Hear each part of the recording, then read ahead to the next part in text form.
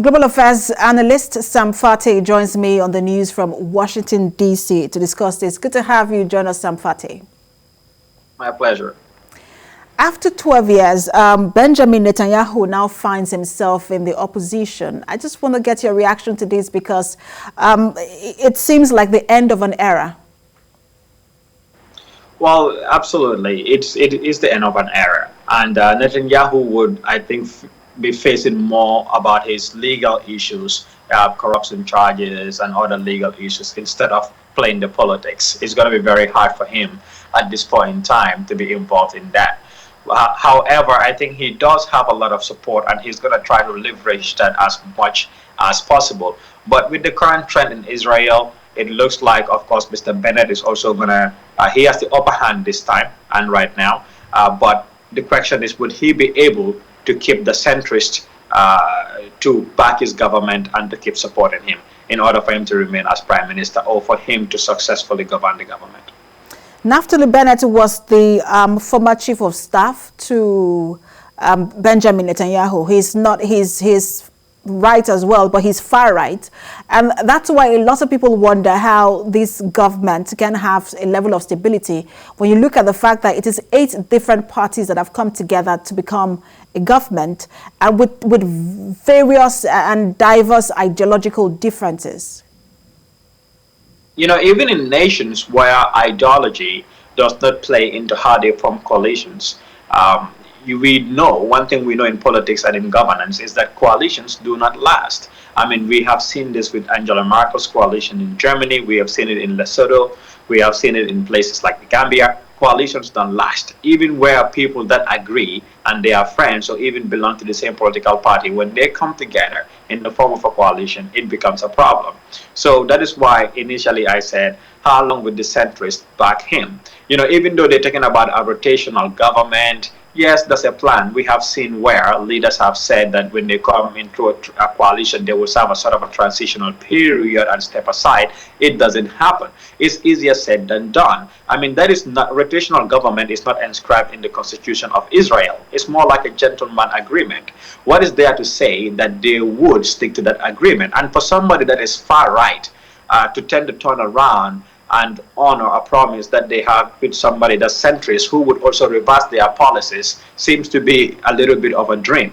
You know, yeah, some dreams come to pass, true, but in politics, they barely do. But didn't these parties, this coalition, didn't they see these potential points of conflict? For example, you have Arabs, you have the Arab party in this coalition, but we know that Naftali Bennett is opposed to a Palestinian state. He has always supported the move to annex the West Bank. So isn't that some point of, or potential point of conflict that should have served as a wake-up call for this coalition?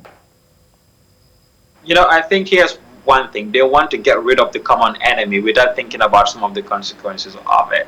And at this point in time, politically for them, the common enemy here is Benjamin Netanyahu, and he had to go. That was the first thing.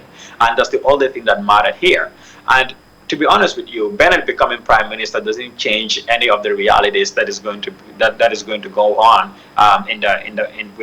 with having a Palestinian state or ensuring respect for human rights and to end the resettlement and the annexation. No, in fact, it may worsen because he has a very stern, radical philosophy and idea when it comes to dealing with Palestine.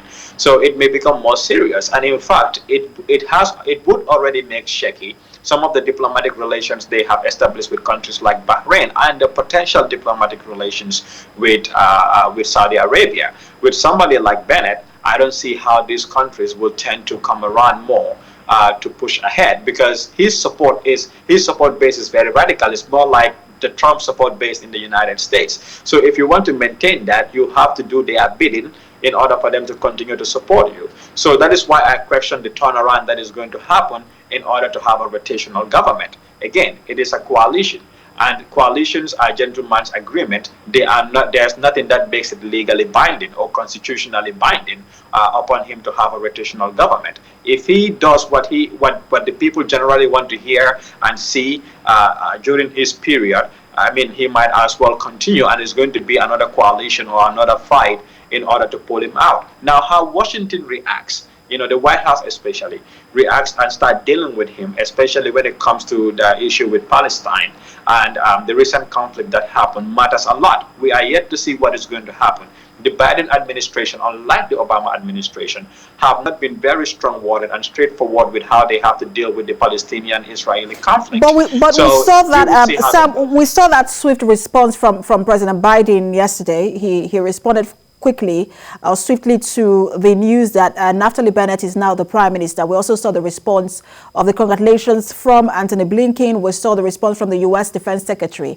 It does seem like this is a relief for the Biden administration, considering the fact that Benjamin Netanyahu was more of the former President Trump person. He was tilted towards Republicans. Here's the interesting fact. I look the congratulatory messages from Tony Blinken and from the White House and all that. Those are normal routine. Those are normal protocols. That's how I look at them. Now, should they even be relieved because Netanyahu is gone? I don't think so. For me, Bennett is by far worse than Netanyahu, if that's the case, if they think that's the kind of opposition that they are trying to avoid. Yes, people like Bennett supported Netayahu when he came to Congress and blasted Obama in the United States Capitol. So what makes them think is going to be any different? So if Biden takes a kind of an Obama stand regarding the Palestinian conflict, he can be guaranteed that Bennett would attack him and would come right after him with the support of the Republican Party over here. So that is just the politics between Israel and the United States. And obviously, yes, American president, one after the other in history, would always say their best friend in the Middle East is Israel, and they are their biggest ally. So they tread that path with a lot of care. Absolutely. And we see that just like President Trump, Benjamin Netanyahu has said he will be back. We'll see in what shape or form he's coming as. He's leading the biggest opposition in Israel. Sam Phatey, thanks for talking to us.